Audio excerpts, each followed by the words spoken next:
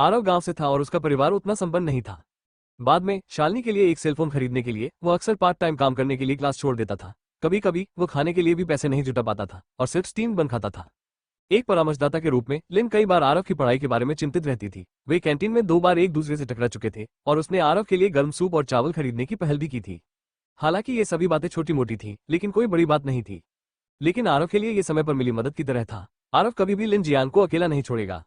लड़की, आज आपके भाई द्वारा हमें दिए गए ऋण की अंतिम तिथि है। यदि आप भुगतान नहीं कर सकते तो आपको हमारे साथ जाना होगा। काले चेहरे वाला एक हट्टा कट्टा आदमी गुस्से से चिल्लाया। उसके पीछे 3 और आदमी थे और वे सब लिन को वासना भरी निगाहों से देख रहे थे। वे अपनी आंखें निकालकर लिन की सुडौल शरीर पर चिपका देना चाहते थे। लिन 24 वर्ष की थी और वो ग्रीन वाइन विश्वविद्यालय में स्नातकोत्तर छात्रा थी।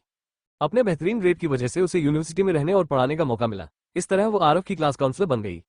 इसलिए साधारण विश्वविद्यालय की लड़कियों की तुलना में लिन जियांग में अधिक परिपक्व और आकर्षक आकर्षण था। वो 170 सेंटीमीटर लंबी थी, लंबी और पतली टांगें, भरा हुआ और गोल नितंब, और उसकी छाती में अद्भुत वक्रता थी। वो निश्चित रूप से एक ही क्लास सुंदरता थी। उसकी शैतानी शरीर के अलावा उसका चेहरा भी सबसे अच्छा था। उसकी त्वचा सर्दियों की शुरुआती बर्फ की तरह सफेद थी और उसके बाल जियांगन की स्याही की तरह काले थे। उसका चेहरा अंडाकार था और उसके चेहरे की विशेषताओं को बहुत ही बारीकी से उकेरा गया था, इतना सुंदर कि उसमें एक भी दोष नहीं था। कोई भी पुरुष उसके लिए भावनाएं रख सकता था। भाई, मैं आपसे विनती करता हूँ, कृपया मुझे कुछ दिन और दीजिए। मैं पैसे वापस करने का कोई रास्ता ढूंढ लूंगा। लिन ने भौहें सिकोड़ी। हालांकि उसका चेहरा चिंता से भरा था, लेकिन उसके चेहरे पर एक तरह की कोमलता थी जिसके कारण लोग उसे अपनी बाहों में लेकर दुलार करना चाहते थे। बकवास बंद करो भाई, जुओ बियाओ ने आज ऑर्डर दे दिया है। अगर आपको अपना पैसा वापस नहीं मिला तो आपको मसाज के लिए ब्यूटी क्लब भेज दिया जाएगा। हृष्ट पुष्ट आदमी हंसा। मैंने तुम्हारे लिए हिसाब लगा लिया है। तुम्हें प्रत्येक मालिश के लिए 300 कमीशन मिलेगा। यदि तुम इसे 1000 बार करोगे तो तुम अपने भाई जुओ बियाओ को जो 3 लाख रुपए देने हैं उन्हें वापस कर पाओगे। चिंता मत करो, जब समय आएगा हम सब तुम्हारा साथ देने जाएंगे। हे लड़की, हमारे साथ आओ। बाकी 3 अनुयायी भी हंसने लगे। उन्होंने अपने पंजे बढ़ाकर लिन जियान को खींचने की कोशिश की। छूना नहीं मुझे। अगर आप मुझे मजबूर करते रहेंगे तो मैं मदद के लिए फोन करूंगा।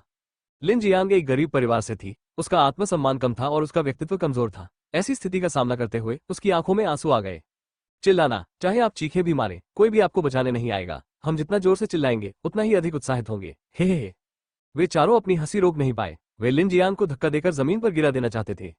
कौन कहता है कि कोई नहीं आएगा? तुम 4 बदमाश, अभी रुक जाओ। तभी आरव अंदर आया और चेहरे पर अहंकार भरी नजरों से उन चारों गुंडों को घूरने लगा। ये छोटा सा आवारा कहां से आया? क्या आप जीने से थक गए हैं? हमारे काम में दखल देने की तुम्हारी हिम्मत कैसे हुई? काले चेहरे वाला आदमी आगे बढ़ा। उसके 3 अनुयायियों ने भी अपना सिर घुमा लिया। ऐसा लग रहा था जैसे वे आरव को सबक सिखाने जा रहे हों। आरव, जल्दी करो और चले जाओ। मेरी चिंता मत करो। लिन जियांग घबरा गया। हालांकि उसे वाकई मदद की जरूरत थी, लेकिन उसकी नजर में आरव एक साधारण छात्र था जो अपनी शारीरिक शिक्षा में लगभग फेल हो गया था। वो 4 गुंडों से कैसे लड़ सकता था? चूंकि बात यहां तक पहुंच चुकी थी, वो नहीं चाहती थी कि आरव को इसमें फंसाया जाए। ये स्पष्ट था कि वो एक दयालु व्यक्ति थी। सुश्री लिन, डरो मत, मैं उन्हें तुम्हें नुकसान नहीं पहुंचाने दूंगा। आरव ने अपनी बाईं आंख झपकाई और उसके सामने शब्दों की 4 पंक्तियां प्रकट हुई। लड़ाकू शक्ति 7, लड़ाकू शक्ति 8, लड़ाकू शक्ति 7, लड़ाकू शक्ति 10। इसमें कोई संदेह नहीं कि आरव अपने सामने खड़े चारों गुंडों में से किसी को भी पराजित नहीं कर सकेगा। लेकिन आरव डर नहीं रहा था, क्योंकि जब लिन जियांग ठगों से बात कर रहा था तो उसने पहले ही यह पता लगा लिया था कि नेद स्पिरिट बैटल स्काउटर का उपयोग कैसे किया जाए। जियांग यू की शक्ति उधार लो, आरव ने अपने दिल में चिल्लाया। अचानक नेद स्पिरिट बैटल स्काउटर एक विशाल पहिए की तरह घूम गया। अनगिनत प्राचीन अंडरवर्ल्ड पात्रों ने एक रहस्यमय दिव्य शक्ति उत्सर्जित की। येन और यान का संयोजन, स्वर्ग और पृथ्वी का पुनर्जन्म। जियांग की शक्ति निकाली गई और आरव के शरीर में इंजेक्ट की गई। डिंग। लड़ाकू शक्ति 50,000। लानत है, ये तानाशाह जियांग है। मैं गारंटी देता हूं कि वो 10,000 दुश्मनों को हरा सकता है। आरव इतना उत्साहित था कि उसका पूरा शरीर कांप रहा था। उसे ऐसा महसूस हो रहा था मानो वो दुनिया के अर्जुन आधा रशा पर खड़ा एक अधिपति है। उससे ऊपर कोई नहीं था, बल्कि सभी जीव उससे नीचे थे। अचानक उसके शरीर का खून उबलने लगा। उसके शरीर का हर रोम आग से जल रहा था। यह एक असली आदमी था, एक वास्तविक शक्तिशाली आदमी। आरव ने पहले कभी ऐसा महसूस नहीं किया था। अब से वो इस भावना से ग्रस्त हो जाएगा और इसके लिए संघर्ष करेगा। दुष्ट, क्या तुम मानव भाषा नहीं समझ सकते? मैं 3 तक गिनूंगा। अगर तुम तब तक नहीं गए तो हम तुम्हें कष्ट देंगे। काले चेहरे वाला आदमी गुस्से से चिल्लाया और अपनी हथेलियां आपस में रगड़ने लगा। चारों गुंडों में उसकी युद्ध शक्ति 10 थी। वो सबसे ताकतवर था। लेकिन आरव की नजर में वो सिर्फ एक चींटी थी, नहीं बल्कि एक कूड़ा कचरा। मैं चाहता हूं कि आप सभी घुटने टेके और सुश्री लिन से माफी मांगे। आरव ने शांति से कहा। मादरचोद, क्या गधे ने आपके सिर पर पैर रखा? आप इतनी मूर्खतापूर्ण बात कैसे कह सकते हैं? क्योंकि तुम मरना चाहते हो, इसलिए मैं तुम्हारी इच्छा पूरी करूंगा। काले चेहरे वाले आदमी का धैर्य जवाब दे गया। वो आरव की ओर बढ़ा, अपनी मुट्ठी उठाई और आरव के चेहरे पर निशाना साधा। इतना धीमा, आरव ने कोई हरकत नहीं की। उसकी नजर में उस आदमी की हरकत एक गेम प्लेयर की तरह थी जो फंस गया था। ये बहुत धीमी थी। आरव दौड़ना, लेकिन लिन की नजर में यह मुक्का आरव को अपन बनाने के लिए पर्याप्त था। उसने अपनी आंखें भी बंद कर ली, वो आरव को मुक्का खाते हुए नहीं देख सकती थी। आउच, बहुत दर्द होता है, बहुत दर्द होता है। लेकिन अगले ही पल काले चेहरे वाला आदमी पीड़ा से चीख उठा। जब लिन ने अपनी आंखें खोली तो देखा कि उस आदमी की कलाई पहले से ही आरव की पकड़ में थी, वो बिल्कुल भी हिल नहीं सकता था। ऐसा लग रहा था जैसे उसकी कलाई पर लोहे की चिमटी से दबाव डाला जा रहा हो। वो आदमी दर्द से चीख रहा था, उसका चेहरा विकृत हो गया था और उसके माथे से ठंडा पसीना बह रहा था। क्या आप घुटने टेकने वाले हैं या नहीं? आरव का स्वर शांत था, लेकिन उसमें एक दबंग आभा थी। घुटने टेको मेरे तारांकन एसएस, मैं 10 साल से गैंगस्टर हूं और मैंने कभी किसी के सामने घुटने नहीं टेके हैं। काले चेहरे वाले आदमी ने अपने दांत पीस लिए और धाड़ने लगा। बहुत बढ़िया, मैं तुम्हारा सम्मान करता हूं क्योंकि तुम एक असली मर्द हो। आरव की आंखें ठंडी हो गईं। उसने अपना हाथ घुमाया और उस आदमी के चेहरे पर जोरदार तमाचा मारा। तारांकन पिया, तारांकन, एक तीखी आवाज सुनाई दी। काले चेहरे वाला आदमी उड़कर 5 मीटर दूर जा गिरा। उसने मुंह भर खून उगल दिया और वहीं निश्चल पड़ा रहा। तुम तीनों क्या कहते हो? क्या आप घुटने टेककर माफी मांगना चाहते हैं, या फिर क्या तुम उसके जैसे असली आदमी बनना चाहते हो? आरव ने शेष 3 गुंडों को ठंडे भाव से देखा। अब तीनों गुंडे पूरी तरह से अचंभित रह गए। काले चेहरे वाले इस गुंडे का वजन कम से कम 50 किलोग्राम था। आरव के थप्पड़ से वो उड़ गया। उसके मुंह से खून के साथ साथ उसके कुछ टूटे हुए दांत भी निकले। ये राक्षसी शक्ति ऐसी चीज नहीं थी जिसका वे मुकाबला कर सके। तारांकन पोम, तारांकन पोम, पोम, तारांकन। तीनों गुंडों के पैर जेली में बदल गए। वे घुटनों के बल बैठ गए और लिन से विनती करने लगे, मैडम, हम जानते हैं कि हम गलत हैं, हमें खेद है, हमें क्षमा कर दीजिए। लिन दंग रह गई। यह एक सपने जैसा था। उसे यकीन नहीं हो रहा था कि उसके सामने क्या हो रहा है। थोड़ी देर बाद उसने कांपती आवाज में कहा, कृपया छोड़ दीजिए। उसके शब्द किसी देवता की वाणी जैसे थे। तीनों बदमाशों ने काले चेहरे वाले बदमाश को, जो अभी भी खून की उल्टियां कर रहा था, घसीटा और खरगोश से भी तेज गति से भाग गए। ओह, आरव ने राहत की लंबी सांस ली और जियांगियो की शक्ति को तितर-बितर कर दिया। उसका चेहरा थकान से भरा हुआ था। उसकी दाहिनी हथेली लाल और सूजी हुई थी। उसकी मांसपेशियां और हड्डियां दर्द कर रही थी। जियांगियो की शक्ति बहुत शक्तिशाली है, लेकिन मेरा स्वास्थ्य अब बहुत कमजोर है। अगर मैं दुश्मन को चोट पहुंचाऊंगा तो मैं खुद को भी चोट पहुंचाऊंगा। यह कोई दीर्घकालिक समाधान नहीं है। मुझे खुद को प्रशिक्षित करने का कोई तरीका ढूंढना होगा। आरव ने मन ही मन सोचा। डिंग, आपने पीड़ित को बचाया है। आपको एक मेरिट पॉइंट मिला है। डिंग, आपने एक दुष्ट आत्मा की शक्ति उधार ली है। 3 योग्यता अंक काटे गए हैं। आपके वर्तमान योग्यता अंक -1 है। रैंक, बुरा आदमी। क्या बकवास है, मेरे मेरिट अंक क्यों काटे गए? आरव अचंभित रह गया। जब वो नेदरस्पिरिट बैटल स्काउटर का अध्ययन कर रहा था तो उसे पता चला कि भिखारी फाउंडेशन के प्रसिद्ध लोग जीवित मनुष्य नहीं थे। वे अंडरवर्ल्ड से आई बुरी आत्माएं थीं। मृत व्यक्ति के लिए 2 विकल्प थे। पहला, मैंगपो का सूप पी लो, असहायता का पुल पार करो और पुनर्जन्म पाओ। दूसरा, पाताल लोक में रहो और दुष्ट आत्मा के रूप में प्रशिक्षण लो। फिर पृथ्वी देवता बनने के लिए योग्यता अंक जमा करो और स्वर्ग में चढ़ो। दुष्ट आत्मा के लिए पुण्य अंक अर्जित करना बहुत मुश्किल था। यही कारण है कि ज्यादातर लोग मृत्यु के बाद पुनर्जन्म लेना पसंद करते थे। केवल कुछ ही लोग प्रशिक्षण जारी रखेंगे। जियांगियो उनमें से एक था। तो मुझसे काटे गए 3 योग्यता अंक एक दुष्ट आत्मा की शक्ति उधार लेने की कीमत है। मैंने इसे पहले ही जियांगियो को हस्तांतरित कर दिया है। आरव ने कुछ देर सोचा और अनुमान लगाया कि क्या हो रहा है। अगर लाभ हुआ तो नुकसान भी होगा, ये स्वाभाविक बात थी। बस इतना था कि उसके 3 रियल्म्स मेरिट पॉइंट्स को घटाकर -1 कर दिया गया था, जिससे वो एक बुरा आदमी बन गया। यह एक दर्दनाक बात थी। आरव, तुम दिवास्वप्न क्यों देख रहे हो? लिन पास आया और धीरे से पूछा। ओह, कुछ नहीं। आरव ने अपनी नाक खुजाई। वो अपने दिल का राज किसी को नहीं बता सका। तुम इतने पीले क्यों दिख रहे हो? क्या तुम बीमार हो? लिन एक बहुत ही चौकस महिला थी। उसने तुरंत आरव में बदलाव को नोटिस किया। क्या? वो आरव के करीब गई, अपना सुंदर हाथ उठाया और आरव के माथे पर रख दिया। वो उसके पतले हाथों से ठंडक महसूस कर सकता था। उसकी हरकतें धीमी और कोमल थीं, हल्की हवा और बूंदाबांदी की तरह, जो आरव के दिल को गर्म कर रही थी। टीचे के हाथ बहुत मुलायम थे। अपने सामने खड़ी खूबसूरत महिला को देखकर और उसकी लिली जैसी शरीर की खुशबू को सूंघकर आरव का दिल तेजी से धड़कने लगा। तुम्हें बुखार नहीं है, लेकिन तुम अभी भी पीली दिख रही हो। क्या तुम चाहती हो कि मैं तुम्हें अस्पताल ले जाऊं? लिन जियांग ने अपनी हथेली पीछे खींची और गंभीरता से कहा। मैं ठीक हूँ। रात को अच्छी नींद लेने के बाद मैं ठीक हो जाऊंगा, आरव ने शांति से मुस्कुराते हुए कहा। उसके खजाने में अभी भी 100 जड़ी बूटियों की औषधि की 2 बोतलें थीं। इसकी एक बूंद पीने से उसकी सारी समस्याएं हल हो जाएंगी। उसे अस्पताल जाने की कोई जरूरत नहीं थी। वो बात करते करते वापस चलने का निर्णय ले लिया। इंतजार, आरव, क्या तुम मेरे साथ घर चल सकते हो? लिन जियांग अचानक बोली। उसकी आवाज मच्छर की तरह नरम थी। उसका सुंदर चेहरा शर्मा रहा था। घर जाओ? घर? आरव अवाक रह गया। उसे यकीन ही नहीं हुआ कि उसने अभी क्या सुना। वह, सुश्री लिन, आप बहुत सुंदर हैं। बेशक, मुझे आपके साथ घर जाने में कोई आपत्ति नहीं है, लेकिन क्या ये सच में ठीक है कि चीजें इतनी तेजी से आगे बढ़ें? क्या प्रगति हुई? लिन दंग रह गई। उसके कान लाल हो गए थे। ज्यादा मत सोचो, मुझे बस इस बात की चिंता है कि वे बुरे लोग मेरे घर की रखवाली कर रहे होंगे। मैं तभी चैन से रह सकती हूँ जब तुम यहाँ हो। अब आरव शर्मिंदा था। उसने सोचा कि वह अपने शिक्षक के घर जाकर कुछ शर्मनाक काम कर सकता है, लेकिन दूसरी बार सोचने पर उसने अभी अभी उस काले चेहरे वाले आदमी को थप्पड़ मारा था। ये बहुत संभव था कि वो बदला लेना चाहेगा। अगर लिन को चोट लग गई तो बुरा होगा, तो चलो चलें। मैं आपका अंगरक्षक बनकर बहुत खुश हूँ। आरव ने दृढ़ता से सहमति जताई। ठीक है, लिन ने सिर हिलाया। वो एक छोटी पत्नी की तरह आरव के पीछे पीछे चली गई। लिन शहर के पश्चिमी हिस्से की झुग्गी झोपड़ियों में रहता था। यह एक झुग्गी झोपड़ी वाला घर था। ये बहुत पुराना था। घर में एक भी कीमती फर्नीचर नहीं था। तार्किक रूप से कहें तो एक विश्वविद्यालय शिक्षक के रूप में उसकी आय काफी अधिक होनी चाहिए। शायद उसके भाई की वजह से ही वो इस स्थिति में पहुंची। आरव ने उससे कई बार पूछना चाहा। उसने ये भी कहा कि वो उसे कुछ पैसे उधार दे सकता है, लेकिन लिन ने एक शब्द भी नहीं कहा। उसने आरव की मदद लेने से भी इनकार कर दिया। शायद उसके दिल में आरव एक गरीब किसान था, वो उसकी कोई मदद नहीं कर सकता था। संक्षेप में कहें तो रात इसी तरह शांतिपूर्वक बीत गई। आरव लिन के भाई के कमरे में सो गया। अगले दिन वो लिन के साथ बस से वापस स्कूल गया। अगले कुछ दिनों तक सब कुछ शांत और शांतिपूर्ण रहा। भिखारी फाउंडेशन पर नजर रखने के अलावा आरव ने अपनी दिनचर्या में एक नई दिनचर्या भी शामिल कर ली। वो थी व्यायाम करना। जब से उसने जियांग्यू की ताकत उधार ली थी, आरव को एहसास हुआ कि वो कितना कमजोर है। साथ ही वो जियांग्यू जितना शक्तिशाली बनना चाहता था। दूसरे शिक्षकों ने एक बार कहा था कि प्रशिक्षण एक लंबी प्रक्रिया है। चूंकि आरव ने इस रास्ते पर चलने का फैसला किया था, इसलिए सबसे पहले उसे खुद को हराना था। एक ऐसे बेवकूफ के रूप में जिसने शारीरिक शिक्षा की परीक्षा बड़ी मुश्किल से पास की थी, उसने अपनी जीवनशैली पूरी तरह बदल ली थी। खाने और सोने के अलावा वो अपना बाकी समय मैदान में प्रशिक्षण में बिताते थे। जब भी वो थक जाता तो वो 100 जड़ी बूटियों की औषधि की एक बूंद पी लेता। उसके बाद वो प्रशिक्षण जारी रखता। इन 5 दिनों में उन्होंने पिछले 6 महीने में किए गए प्रशिक्षण से कहीं अधिक प्रशिक्षण प्राप्त कर लिया था। बेशक उनके अद्भुत प्रयासों से उनमें महत्वपूर्ण सुधार भी आया। उसने अपने नेदरस्पिरिट बैटल स्काउट को झपका दिया और उसकी नई विशेषताएं प्रदर्शित हो गई। खेती 0, स्वास्थ्य 3, लड़ाकू शक्ति 10। आप जो बोते हैं वही काटते हैं, यह सही है। आरव मुस्कुराया। वो खिलखिलाकर मुस्कुराया। यद्यपि वो अभी भी जियांग्यू से मीलों दूर था जो 10,000 लोगों को हरा सकता था, फिर भी उसे अपनी प्रगति पर गर्व था।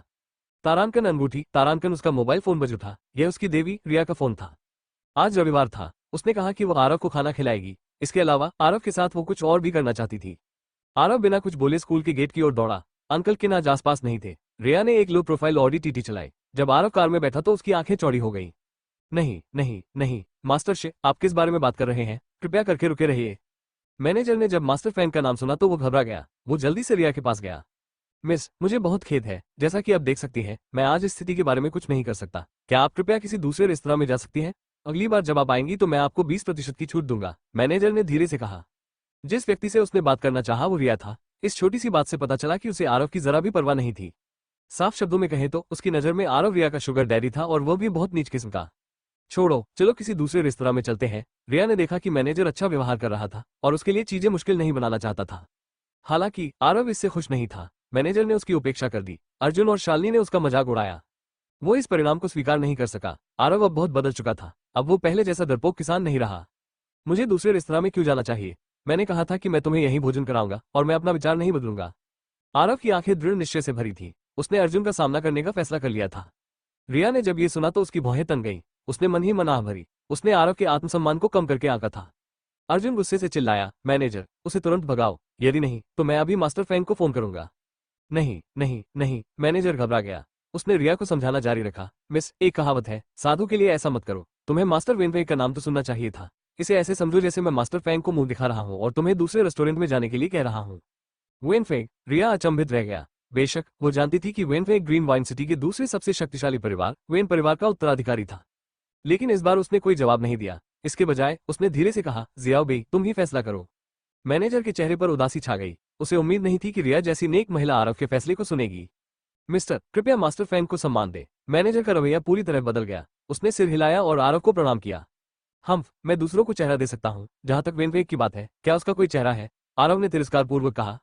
उस रात उसने वेनफेंग के चेहरे पर जोरदार थप्पड़ मारा था। वेनफेंग को चेहरा दे दो, सपने देखते रहो, तुच्छ कमीना। आप किसके लिए कठोर कार्यवाही करने का प्रयास कर रहे हैं? ग्रीन वाइन सिटी में किसने मास्टर फैंग का अनादर करने का साहस किया? बस तुम इंतजार करो, मैं अभी यंग मास्टर फैंग को फोन करता हूँ। कठोर व्यवहार करने पर यही परिणाम मिलता है। अर्जुन ने क्रोध में दहाड़ लगाए। मैनेजर भी थोड़ा नाराज था। उसे लगा कि आरव को उसकी दयालुता की कदर करना नहीं आता। यहाँ आओ और इसे देखो। आरव ने अपनी जेब से एक सुनहरा कार्ड निकाला और उसे इधर उधर घुमाया। ये मैनेजर अवाक रह गया। काफी देर बाद उसने कहा, आपके पास वास्तव में हमारे वेन ग्रुप का सुप्रीम वीआईपी गोल्ड कार्ड है क्या? जैसे ही उसने ये कहा, अर्जुन और याओ शालिनी के छोटे दिल एक साथ डर से कांप उठे। ग्रीन वाइन सिटी में वेन संगठन से केवल 3 वीआईपी कार्ड थे। उन्होंने कभी यह अनुमान नहीं लगाया होगा कि उनमें से एक आरव के हाथों में था। इस कार्ड के साथ कोई भी व्यक्ति वेन ग्रुप के चेयरमैन के उपचार का आनंद ले सकता है। यहाँ तक कि रिया की खूबसूरत आंखें भी आश्चर्य से भरी हुई थीं। यह नकली है, ये कार्ड नकली होना चाहिए। वो बच्चा तो बस एक बदबूदार किसान है, उसके पास असली कार्ड कैसे हो सकता है? अर्जुन गुस्से से चिल्लाया। मैनेजर ने अपना सिर हिलाया और गंभीरता से कहा, मास्टर शे, ये कार्ड असली है, यह असली है। अर्जुन का चेहरा बिगड़ गया। वो इतना उदास था कि उसके फेफड़े फटने वाले थे। अब क्या मुझे अभी भी वेनफेई का सम्मान करना होगा? आरव ने ठंडे स्वर में पूछा। नहीं नहीं, मैनेजर ने अपना सिर हिलाया। वेनफेई वेन परिवार का उत्तराधिकारी था, लेकिन चेयरमैन ही वेन परिवार को नियंत्रित करता था। इसका मतलब था कि वेनफेई को आरव के प्रति सम्मान दिखाना होगा। फिर भी उसे आरव का सम्मान करने की क्या जरूरत थी? ध्यान से सुनो, इन दोनों को फ्रैग्रेंट लेक क्लब से बाहर निकालो और उन्हें ब्लैकलिस्ट कर दो। उन्हें फिर कभी यहाँ पैर न रखने दो। आरव ने अर्जुन और शालिनी को उदासीनता से देखा। उन्होंने न केवल उन्हें बाहर निकाल दिया, बल्कि उन्हें काली सूची में भी डाल दिया। ये तो बहुत दबंगई है। चलो भी, क्या बकवास है। अर्जुन और शालिनी ने मन ही मन कोसा। ये कुत्ते से चुदाई से भी बदतर था।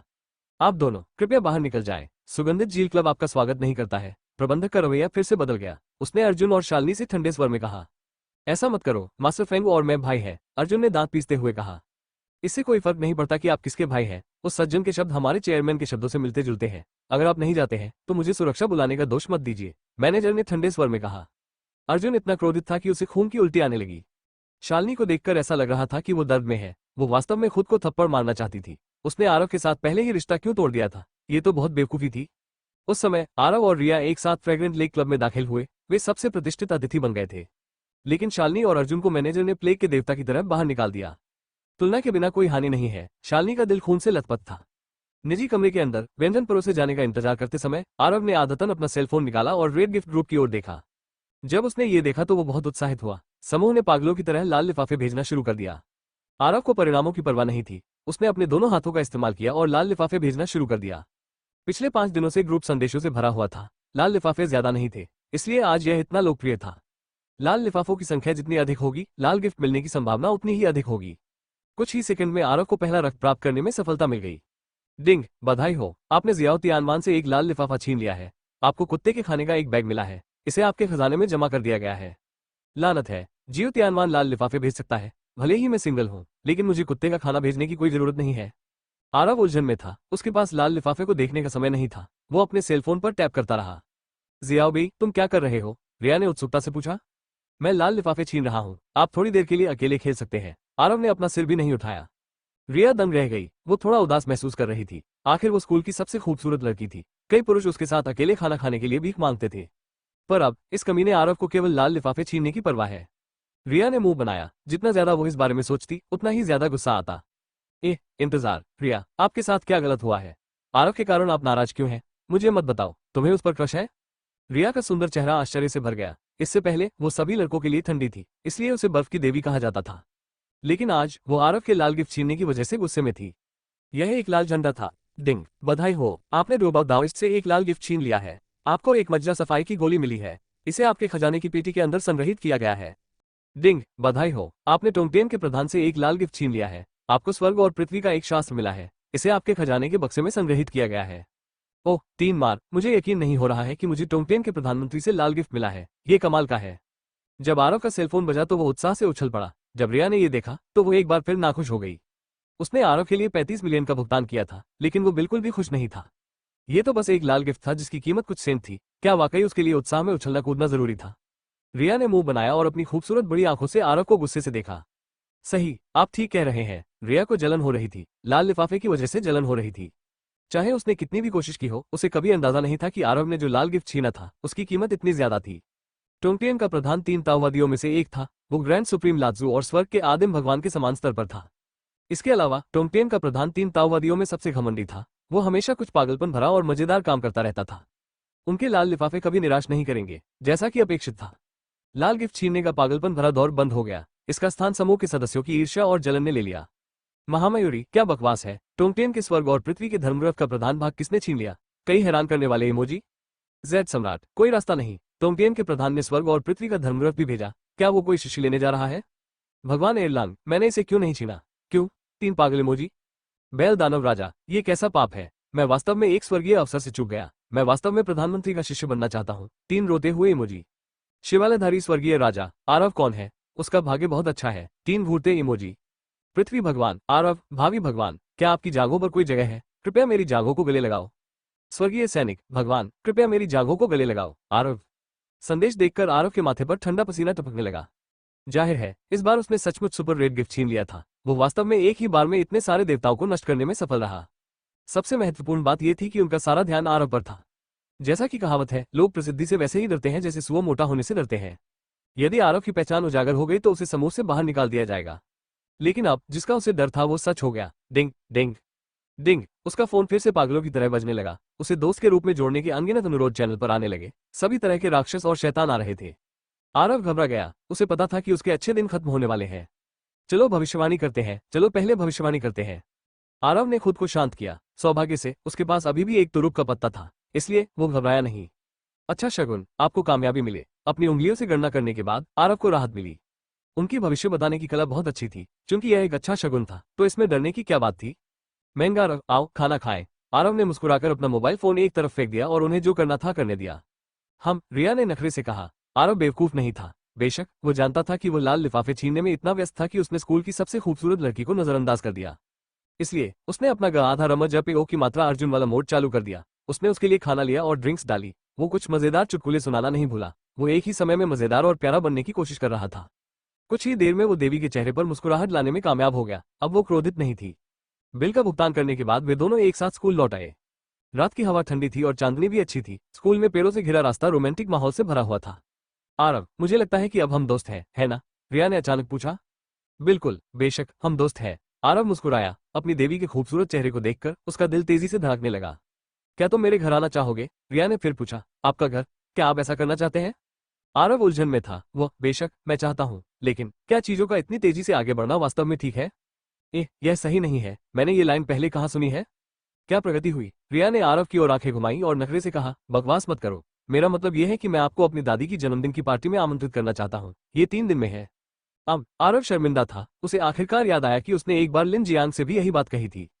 कल्पना करना एक बीमारी है, मुझे इसका इलाज करना होगा। वो हमेशा देवी के साथ शर्मनाक काम करने के बारे में सोचता रहता था। ये बहुत गंदा था। ठीक है, मैं जाने को तैयार हूँ। आरव ने जल्दी से सिर हिलाया। वो रिया को यह पता नहीं चलने दे सकता था कि वो गंदे विचार सोच रहा था। अच्छी बात है, रिया मुस्कुराई। मैं तुम्हें पहले ही फोन करके तुम्हारा रूप बदलने के लिए ले आऊंगी। ओह ठीक है। आरव ने अपनी नाक की नोक खुजाई। अब समय आ गया था कि वह अपनी छोटे किसान वाली छवि बदल दे। ऐसा नहीं है कि अब उसके पास पैसे नहीं है। वो खुद के साथ बुरा व्यवहार क्यों करे? 3 दिन बाद वहां मिलते हैं। रिया के होंठ मुड़ गए। उसकी खूबसूरत आंखें चमक उठी। बहुत सुंदर। आरव प्रशंसा करना बंद नहीं कर सका। उसकी देवी ने फिर से उस पर गुस्सा किया। इसके बाद आरव ने रिया को वापस उसके छात्रावास में भेज दिया और एकांत जगह पर चला गया। फिर उसने अपना सेलफोन निकाला। वो आज प्राप्त 3 लाल लिफाफों की जांच करने जा रहा था। लेकिन जब उन्होंने अपना सेलफोन अनलॉक किया तो उन्हें एक संदेश दिखाई दिया। संदेश छोड़ने वाले व्यक्ति की प्रोफाइल तस्वीर में एक सुंदर 20 वर्षीय लड़का था। नाम था टोंगटेन का प्रधान। लानत है, टोंगटेन का प्रधान यहाँ है, लेकिन मैंने कभी भी टोंगटेन के प्रधान को मित्र के रूप में नहीं जोड़ा है। आरव हैरान था। उसने संदेश की जांच की। टोंगटेन के प्रधान, नौजवान, डरो मत। मैंने अपनी शक्ति का प्रयोग करके 3 रियल्स इंटरनेट के प्रोग्राम को संशोधित किया और आपको बलपूर्वक मित्र के रूप में जोड़ा। लानत है, वो जानता है कि मैं क्या सोच रहा हूँ। आरव हैरान था। टोंगटेन के प्रधान, न केवल मैं जानता हूँ कि आप क्या सोच रहे हैं, बल्कि मैं ये भी जानता हूँ कि आप एक दुर्लभ प्रतिभाशाली व्यक्ति हैं। इसीलिए मैंने तुम्हें स्वर्ग और पृथ्वी का धर्मव्रत दिया है। लानत है, मुझे मत बताओ कि मैं विश्व शांति बनाए रखने जा रहा हूँ। यही तो वे फिल्मों में कहते हैं। आरव अवाक रह गया। जब वो टोंगटेन के प्रधान से चैट कर रहा था तो उसे टाइप करने की कोई जरूरत नहीं थी। टोंगटेन के प्रधान को पता चल जाता था कि आरव क्या सोच रहा है। टोंगटेन के प्रधान, आप वास्तव में होशियार हैं, लेकिन आप गलत हैं। मैं चाहता हूं कि आप विश्व शांति बनाए रखें, और ये कोई फिल्म नहीं है। ये कुछ ऐसा है जो जल्द ही होने वाला है। कोई रास्ता नहीं। प्रधान, मुझे मत डराओ। आरव ने घबरा कर कहा। उसे पता था कि यह एक बड़ी बात होने वाली थी। टोंगटेन के प्रधान, मेरे पास अभी समझाने का समय नहीं है। मुझे मीटिंग के लिए 0 आयाम में जाना है। अपनी साधना पर कड़ी मेहनत करो। जब मैं मुक्त हो जाऊंगा तो तुम्हें ढूंढ लूंगा। प्रतिवेदन, किसी भी खराब अनुवाद के बारे में हमें बताने के लिए पाठ का चयन करें और रिपोर्ट पर क्लिक करें। लेस देन पिछला सूचकांक, अगला ग्रेटर देन टोंगटेन के प्रधान, चिंता मत करो। आज से तुम मेरे अंतिम शिष्य हो। समूह में जो भी तुम्हें अपमानित करने की हिम्मत करे उसका नाम लिख लो। जब मैं वापस आऊंगा तो गॉडस्लेयर से उन्हें काट डालूंगा। सुनने में अच्छा है। आरव ने राहत की लंबी सांस ली। टोंगटेन का प्रधान सानिकी में सबसे घमंडी था, साथ ही वो अपने शिष्यों में सबसे वफादार और सुरक्षात्मक भी था। देवत्व की किंवदंती के अनुसार उन्होंने एक बार अपने शिष्य की रक्षा के लिए गॉडस्लेयर फॉर्मेशन की स्थापना की। उन्होंने अकेले 4 संतों के खिलाफ लड़ाई लड़ी। इस स्थिति को देखते हुए ये किंवदंती वास्तव में सत्य थी। मैं बहुत भाग्यशाली हूँ कि मुझे इतना शक्तिशाली सिफू मिला है। अब मुझे कड़ी ट्रेनिंग करनी है। आरव मुस्कुराया। उसके मन में एक स्पष्ट लक्ष्य था। इस बात को एक तरफ रखते हुए कि वो तीनों लोगों में शांति बनाए रख सकता है या नहीं, उसे कम से कम जियांग्यू जितना शक्तिशाली तो बनना ही था। चलो उन लाल लिफाफों पर नजर डालते हैं जो मुझे अभी मिले हैं। आरव ने खुद को शांत किया और अपना खजाना खोला। वहां समृद्धि का एक बंदर फर, विवाह का एक आकर्षण और 100 जड़ी बूटियों की औषधि की एक बोतल थी। वहां स्वर्ग और पृथ्वी का धर्मग्रह, एक मज्जा सफाई की गोली और जियो तियानमान कुत्ते के बिस्कुट का एक बैग भी था। उसने कुत्ते का बिस्किट एक तरफ रख दिया। आइए पहले अन्य 2 वस्तुओं पर नजर डालें। मज्जा सफाई की गोली डोबाओ दाओस द्वारा व्यक्तिगत रूप से बनाई गई। इसका उपयोग शरीर को शुद्ध करने के लिए किया जाता है। क्या आप इसे वापस लेना चाहते हैं? शरीर को साफ करना प्रशिक्षण का पहला चरण है। मुझे इसे अभी आजमाना होगा। आरव ने कुछ देर सोचा और फिर एक जंगली घोड़े की तरह स्कूल से बाहर भाग गया। उसने एक उच्च श्रेणी का होटल ढूंढा, एक कमरा बुक किया, दरवाजा बंद किया और पर्दे खींच दिए। जब सब कुछ तैयार हो गया तो आरव शियाओबी ने उत्साह से निकासी बटन दबाया। यह एक छोटी सी गोली थी जो हरे रंग के जैड की तरह दिखती थी। इस पर बैंगनी रंग की चमक थी और इससे एक ताज़ा औषधीय खुशबू आ रही थी। आरव ने गहरी सांस ली और वो तरोताजा और ऊर्जावान महसूस करने लगा। अब मुझे इस दिव्य गोली का प्रभाव आजमाने दो। आरव एक सेकंड भी इंतजार नहीं करना चाहता था। उसने मज्जा सफाई की गोली निगल ली। यह एक वास्तविक अमर गोली थी। आरव को ऐसा महसूस हुआ जैसे वो इसे निगलते समय किसी भट्टी में गिर गया हो।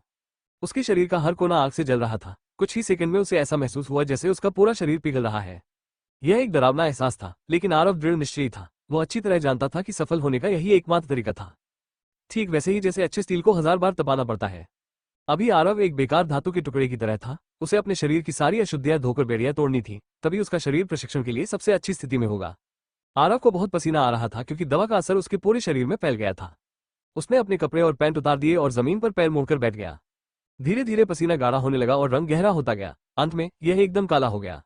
एक अज्ञात समयावधि के बाद जैसे ही जलन पूरी तरह से समाप्त हो गई, बाल हटाने और अस्थि मज्जा की सफाई आधिकारिक रूप से सफल हो गई।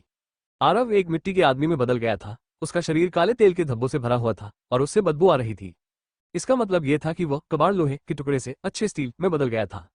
मैं बाथरूम में भागा और शॉवर को पूरी गति से चालू कर दिया। वूश, गर्म पानी से दाग धुल गए। बहुत बढ़िया। आरव खुद को रोक नहीं सका और जोर से चिल्लाया। पिछले 19 वर्षों में उसे कभी भी इतना अच्छा महसूस नहीं हुआ था जितना इस समय हुआ। त्वचा और मांसपेशियों का हर इंच, रक्त की हर बूंद और हर छिद्र, सभी में मानो पुनर्जन्म हुआ हो और वे उमड़ती हुई जीवन शक्ति का उत्सर्जन कर रहे हों। उसके शरीर में परिवर्तन केवल महसूस किया जा सकता था। हालांकि उनकी त्वचा में आए परिवर्तन नंगी आंखों से दिखाई दे रहे थे। आरव की मूल रूप से सांवली त्वचा अब चिकनी और गोरी हो गई थी। यह एक महिला की त्वचा से भी बेहतर थी। सबसे बड़ी बात तो यह थी कि चेहरे पर एक भी कमी नहीं थी, यहां तक कि लंबे समय से ठीक न हुए मुहासे भी गायब हो गए थे। उसके चेहरे की विशेषताएं मूल रूप से बहुत सुंदर थी, लेकिन अब वो सीधे एक असली छोटा ताजा मांस बन गया। अगली बार जब वो रिया को देखेगा तो वो उसे निश्चित रूप से बड़ा आश्चर्य देगा। मेरी त्वचा बहुत अच्छी हो गई है। मेरे शरीर में सब कुछ सबसे अच्छी स्थिति में होना चाहिए। आरव ने स्नान किया और तुरंत अपना सेलफोन चालू कर दिया। सब कुछ तैयार है, अब ट्रेनिंग का समय है। स्वर्ग और पृथ्वी का धर्मग्रंथ टोंगटेन के प्रधान द्वारा निर्मित एक अर्जुन आधा रक्षा स्तरीय साधना मैनुअल। क्या आप इसे वापस लेना चाहते हैं? निकालना। आरव ने स्क्रीन पर टैप किया और उसके हाथ में अंगूठे के आकार का एक जैद ताबीज प्रकट हुआ। इससे पहले कि वो करीब से देख पाता, जैद ताबीज से 7 रंगों वाली रोशनी निकली और पूरे कमरे को ढक लिया। अब आरव को चक्कर सा महसूस हुआ, मानो दुनिया घूम रही हो। आरव के मस्तिष्क में नदी की तरह जानकारी का सागर बह निकला। स्वर्ग और पृथ्वी के शास्त्र की साधना पद्धति उसकी स्मृति में अंकित हो गई। ये बहुत जादुई है। मुझे साधना विधि को याद करने की बिल्कुल भी आवश्यकता नहीं है। मैं अभी प्रशिक्षण शुरू कर सकता हूँ। आरव ने खुद को शांत किया और साधना पद्धति के अनुसार प्रशिक्षण शुरू कर दिया।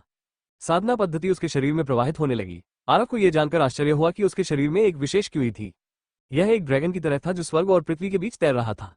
साधना विधि दूसरी बार उसके शरीर में प्रवाहित होने लगी। ड्रैगन ने पूरा चक्कर लगाया।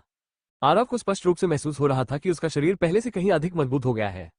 हालांकि यह विशेष रूप से स्पष्ट नहीं था, लेकिन यह एक इमारत के लिए भी वैसा ही था जो जमीन से ऊपर तक बनाई गई थी। किसी की ताकत में वृद्धि भी धीरे धीरे जमा हुई थी। यह एहसास अद्भुत था। आरव पूरी तरह उसमें डूब गया था।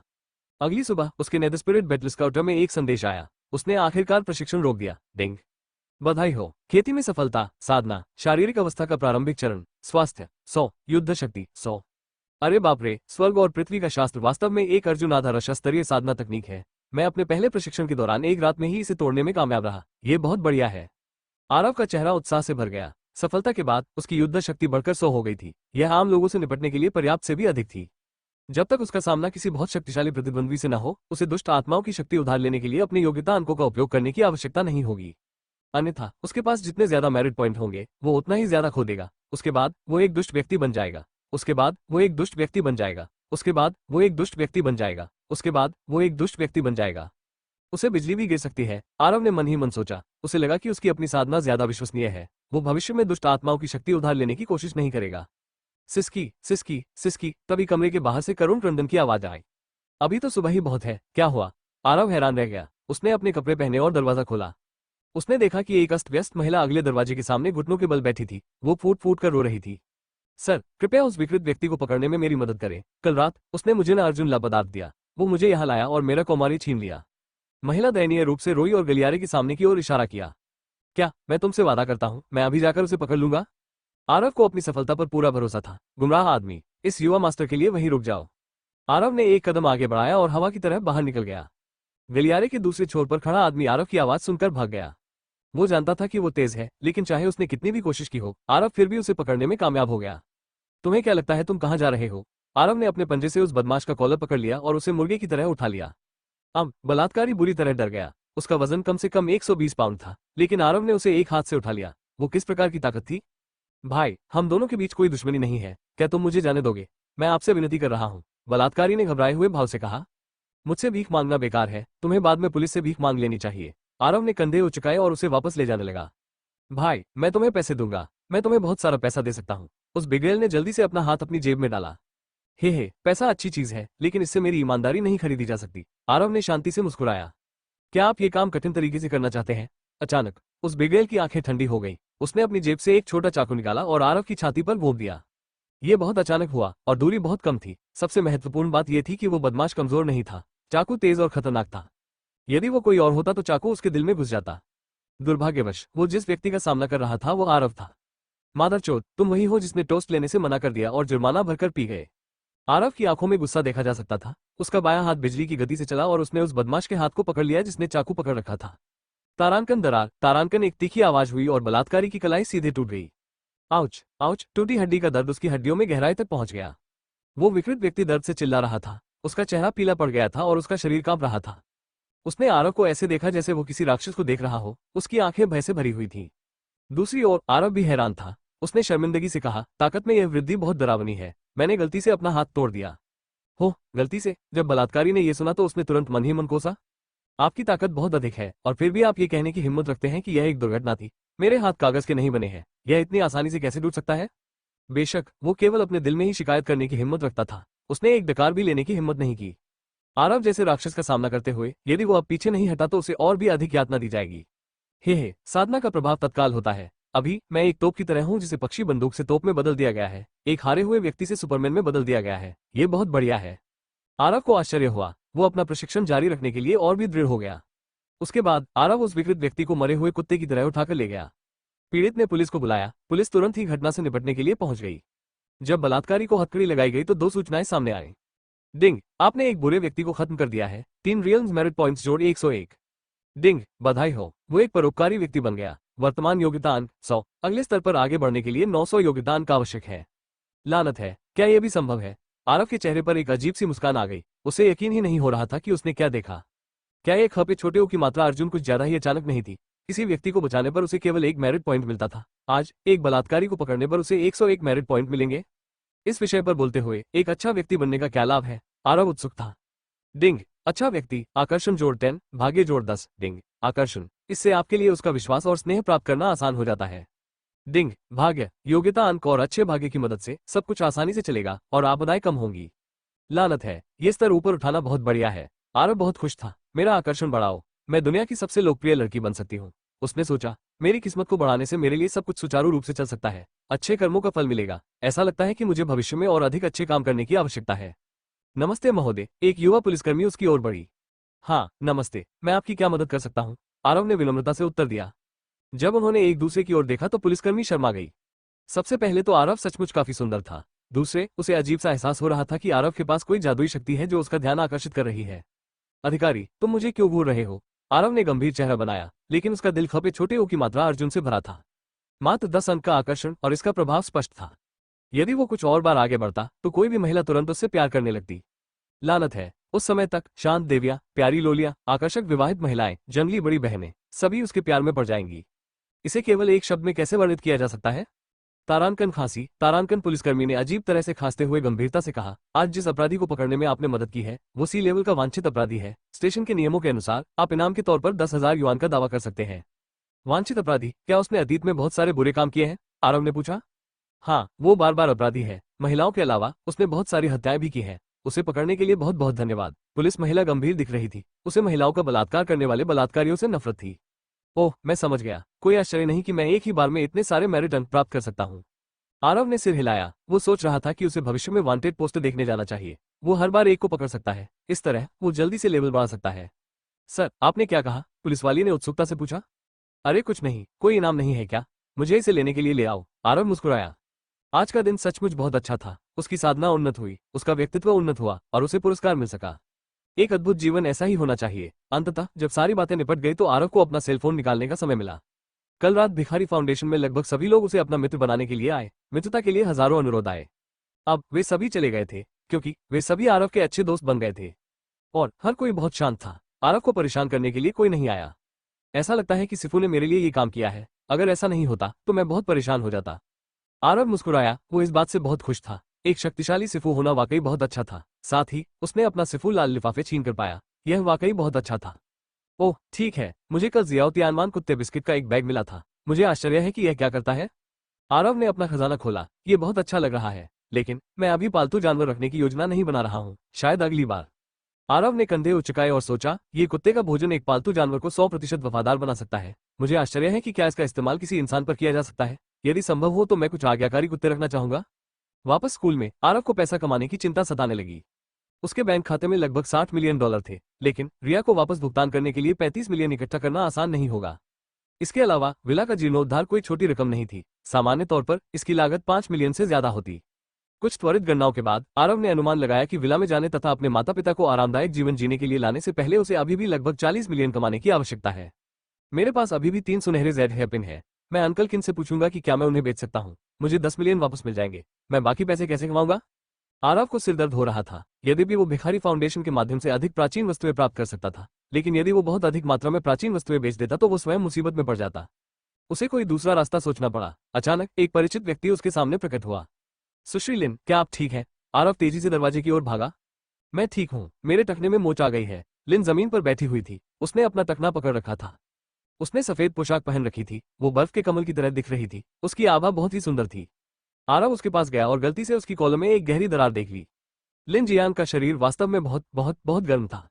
आरव की आंखें उसकी आंखों में समा जाने वाली थी। गधे, तुम कहाँ देख रहे हो? लिन ने जल्दी से अपनी छाती धक ली और गुस्से से बोली, तुम कौन सी क्लास से हो? मैं आपके परामर्शदाता की तलाश करना चाहता हूँ। उससे कहो कि वो तुम्हें सबक सिखाए। आरव दंग रह गया। वो लिन जियांग से खुश था और बोला, सुश्री लिन, क्या आप इतनी प्यारी नहीं हो सकती? मैं आरव हूँ। आप आरव हैं? लिन जियांग पूरी तरह से स्तब्ध रह गया। आवाज और कपड़ों से अंदाजा लगाया जा सकता है कि यह बड़ा लड़का आरव था, लेकिन उसका चेहरा किसी दूसरे व्यक्ति जैसा क्यों लग रहा था। एक छोटा किसान एक छोटे से मांस के टुकड़े में बदल गया। एक पल के लिए तो वो सचमुच इसे स्वीकार नहीं कर सका। हाँ, क्या अब मैं और भी अधिक सुंदर हो गया हूँ? आरव ने हंसते हुए कहा। अब लिन एक ट्रांस में थी। ऐसा लग रहा था जैसे कोई अदृश्य शक्ति उसे आरव की ओर आकर्षित कर रही थी। अजीब, क्या ऐसा हो सकता है कि वो भूत प्रेत से ग्रस्त था? लिन जियांग ने अपना सिर हिलाया और कहा, बकवास मत करो, मैं तुम्हारा शिक्षक हूँ।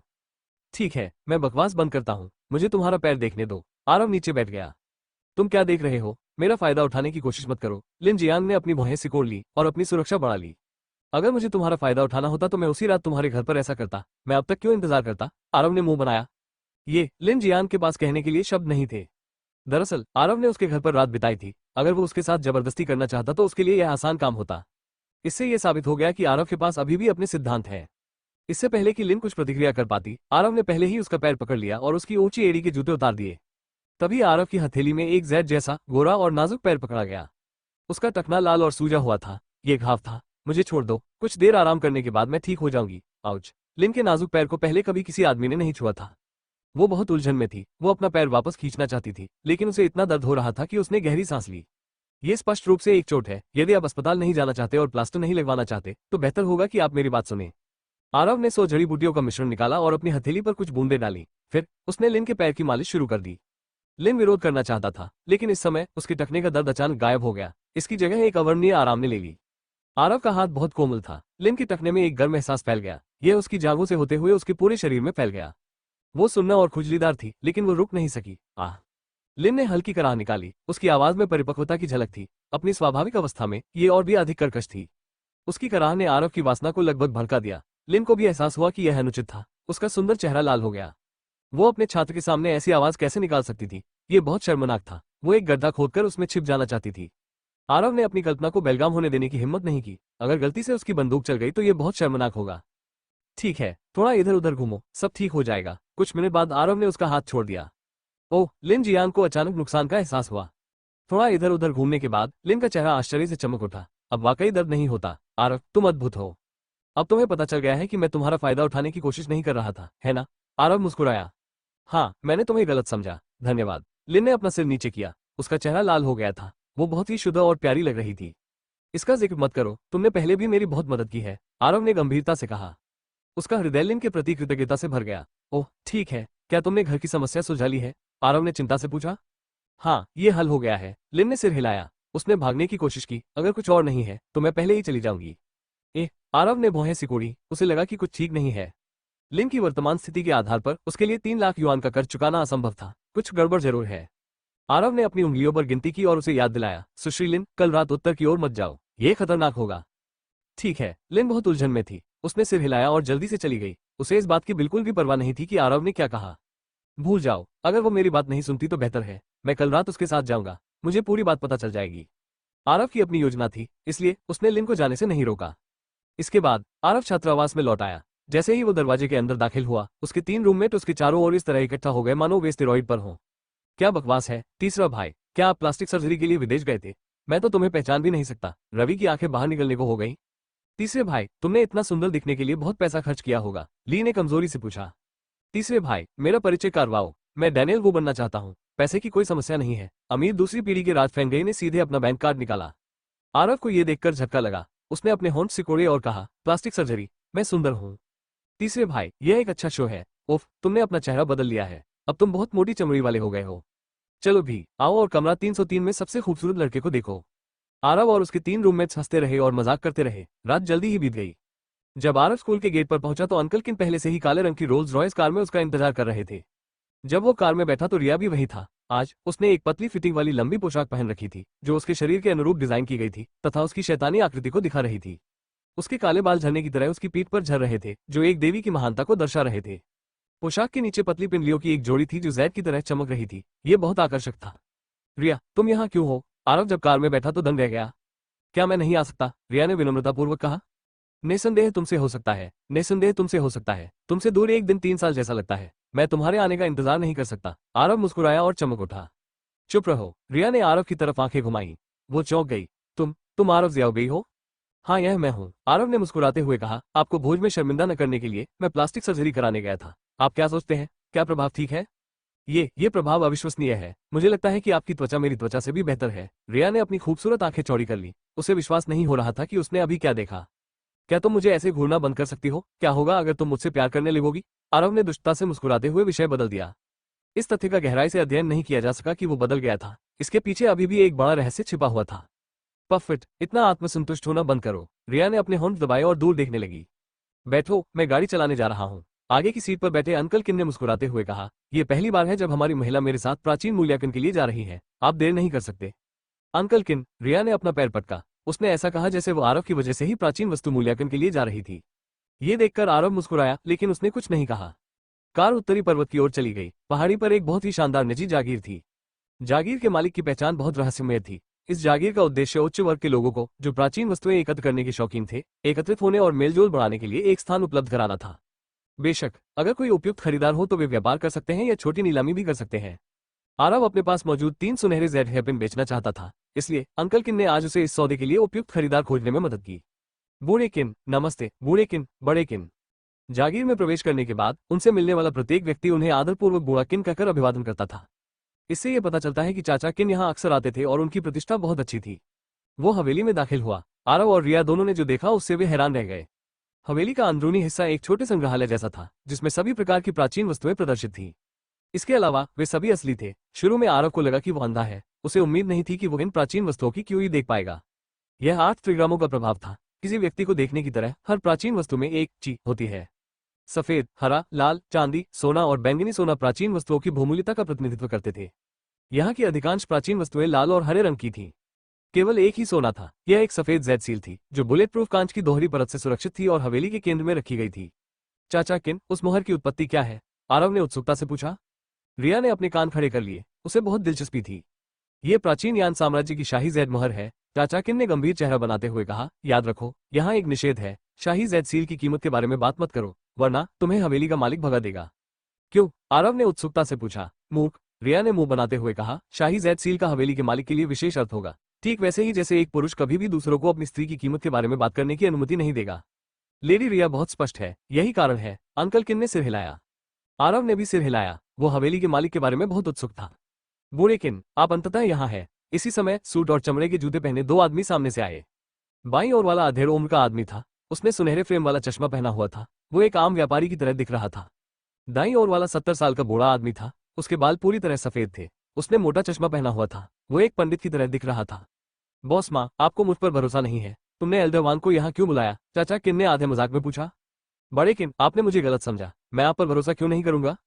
बॉस माँ ने जल्दी से समझाया। एल्डर वांग ने सुना है कि आज तान राजवंश की 3 प्राचीन वस्तुएं बिक्री के लिए हैं, इसीलिए वो उन्हें देखने के लिए यहाँ आया है। हाँ हाँ, मैं तो मजाक कर रहा था। मुझे उनका परिचय करा दो। चाचा किन ने दिल खोलकर हंसते हुए कहा, ये बॉस माँ है, यह एल्डर वांग जियानजुन है। वांग जियानजुन, आरव और रिया जब उन्होंने ये नाम सुना तो वे चौंक गए। कोई आश्चर्य नहीं कि एल्डर वांग इतने परिचित लग रहे हैं। तो वो खजाना मूल्यांकन शो से मूल्यांकन करता है। आरव ने अपने माथे पर थपकी दी और उसे कुछ एहसास हुआ। खजाना मूल्यांकन शो की रेटिंग बहुत अधिक थी। वांग जियानजुन का नाम बहुत प्रसिद्ध था। आरव जैसे ओटाकू भी उसे जानते थे। इससे पता चलता है कि यह बूढ़ा आदमी कितना शक्तिशाली था।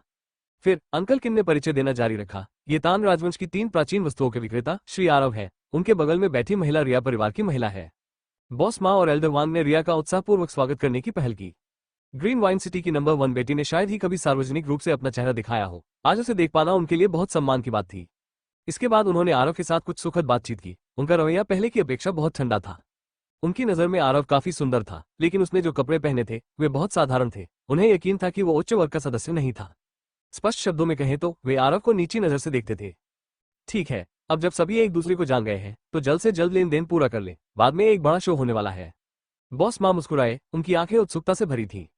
ठीक है, कृपया देखिए। आरव ने अपने बैग से 3 सुनहरे जेड हेयरपिन निकाले और बॉस माँ को सौंप दिए। बड़े वांग, कृपया पहले एक नजर डाल ले। बॉस माँ ने लापरवाही बरतने की हिम्मत नहीं की। एल्डर वांग ने हेयरपिन लिए और कुछ देर तक उनका अध्ययन किया। फिर उन्होंने कहा, ये असली हैं। ये तान राजवंश की असली प्राचीन वस्तुएं हैं और वे एकदम सही हालत में हैं। ये वास्तव में दुर्लभ है। ये बहुत अच्छा है। आरव की बात सुनकर बॉस माँ हैरान रह गए। उन्होंने गंभीरता से कहा, श्री आरव, क्योंकि एल्डर किन ने आपको मुझसे मिलवाया है तो चलिए सीधे मुद्दे पर आते हैं। बाजार मूल्य के अनुसार मैं 10 मिलियन देने को तैयार हूँ। मैं अभी आपको पैसे ट्रांसफर कर सकता हूँ। नहीं बिक रहा। उसकी बातें सुनकर सभी लोग अचंभित रह गए।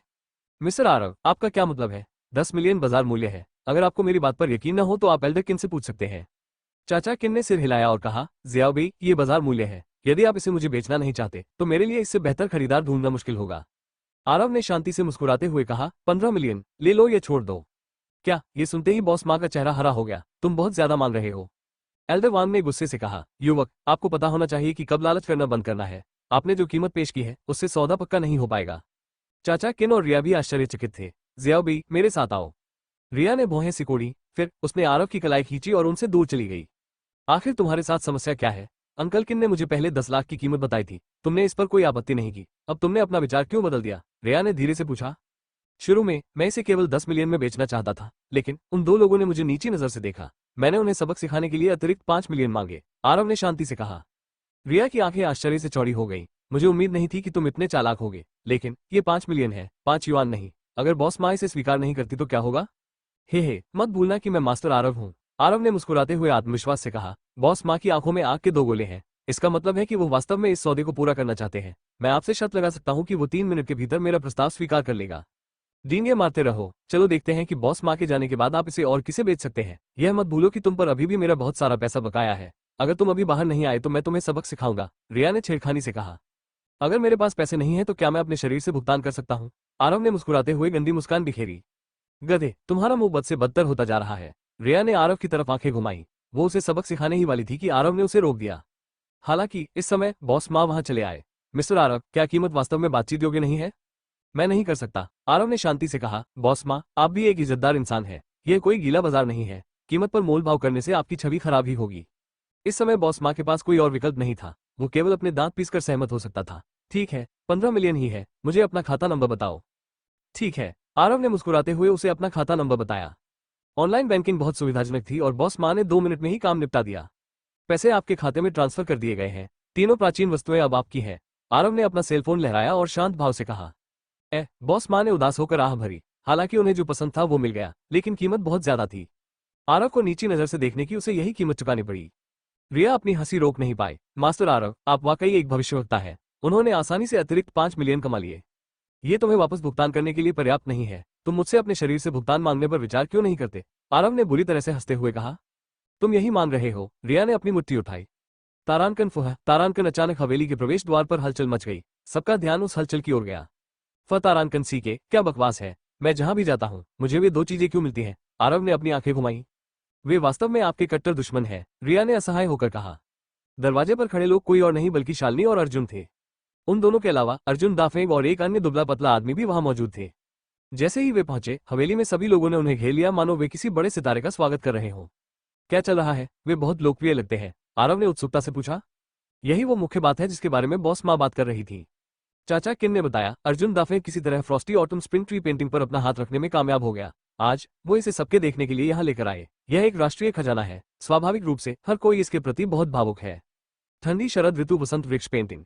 आरव की आंखें चमक उठी। उसने आश्चर्य से कहा, क्या ये तान बोहू की शरद ऋतु सुगंध पेंटिंग से Frosty autumn spring tree painting है? हाँ, ये तान बोहू का असली काम है। चाचा किन ने सिर हिलाया और पेंटिंग को उम्मीद से देखा। लानत है, सुनहरा। आरव ने अर्जुन दाफे के हाथ में पेंटिंग को देखा। पेंटिंग के चारों ओर सुनहरा क्यों ही था। इसका मतलब यह था कि पेंटिंग न केवल असली थी, बल्कि यह प्राचीन यान इंपीरियल जेड सील जितनी मूल्यवान भी थी।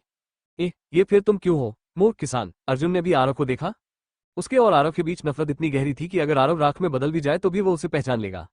हालांकि आरव की त्वचा में बहुत सुधार हुआ था, फिर भी अर्जुन पहली नजर में ही आरव को पहचान सकती थी। हे, मैं सोच रहा था कि तुम्हें यहाँ खड़े होने का अधिकार क्यों है, तो तुम यहाँ अमीर महिला के साथ हो। अर्जुन ने मजाक उड़ाया। ये सुनकर सभी का ध्यान रिया पर था। अमीर औरत, उन शब्दों के पीछे बहुत सारे छिपे हुए अर्थ थे। ये स्पष्ट था कि अर्जुन रिया का मजाक उड़ा रहा था। तुमने क्या कहा? आरव ने अर्जुन द पे आ की मात्रा फ पे ए की मात्रा पे अ की मात्रा ग को ठंडे भाव से देखा। हे, अर्जुन मुस्कुराए। आप रिया की शुगर बेबी है। आप एक औरत पर निर्भर होकर जी रहे हैं, लेकिन आप मुझे ये कहने की हिम्मत नहीं देते? मैं तुम्हें चेतावनी दे रहा हूँ, ये कहना, ऐसा मत कहो, अगर नहीं तो मैं तुम्हें जीवन भर पछताने पर मजबूर कर दूंगा। आरव दहाड़ा। उसकी गहरी आंखें गुस्से से भरी थीं। आरव एक आभारी व्यक्ति था। रिया ने कई बार उसकी मदद की थी। वो कभी भी रिया को चोट नहीं पहुंचाने देगा, एक छोटा सा भी नहीं। हे, तुम अपने आप को क्या समझते हो? मैं ये कहूंगा भले ही आप मुझे ये कहने न दें। अर्जुन ने घमंडी चेहरा बनाया और रिया का मजाक उड़ाना शुरू कर दिया। अगर तुम एक शुगर डैडी रखना चाहती हो तो कम से कम एक अच्छा शुगर डैडी तो रखना ही चाहिए। क्या तुम एक बेवकूफ किसान को भी खा सकते हो? तुम्हारा स्वाद बहुत भारी है। आरव अब और बर्दाश्त नहीं कर सका। हालांकि रिया पहले खड़ा हो गया। अर्जुन, मेरी बात सुनो। सबसे पहले, आरव मेरा अच्छा दोस्त है, वो कोई शुगर डैडी नहीं है। दूसरा, तुम तो बकवास भी खाते हो। तुम्हारी हिम्मत कैसे हुई कि तुम कहो कि मेरा स्वाद भारी है? क्या तुम्हें नहीं लगता कि तुम मूर्ख हो? रिया का स्वर कठोर नहीं था, लेकिन इससे अर्जुन को 10,000 गुना अधिक नुकसान हुआ। ऐसी स्थिति में वहां पद और शक्ति वाले लोग थे। अर्जुन दिखावटी काम करने में विफल रहा था और इसके बजाय उसे धोखा दिया गया था। वो चाहता था कि उसे जमीन में कोई छेद मिल जाए जहां वो रैंक कर अंदर जा सके। तीसरा, मैं तुम्हें केवल एक बार चेतावनी दूंगा। मुझे परेशानी पैदा करना पसंद नहीं है, लेकिन मैं इससे डरता भी नहीं हूँ। अगर तुमने फिर से कुछ असभ्य कहने की हिम्मत की तो मैं तुम्हें इस जगह से बाहर निकाल दूंगा। रिया ने ठंडे स्वर में कहा।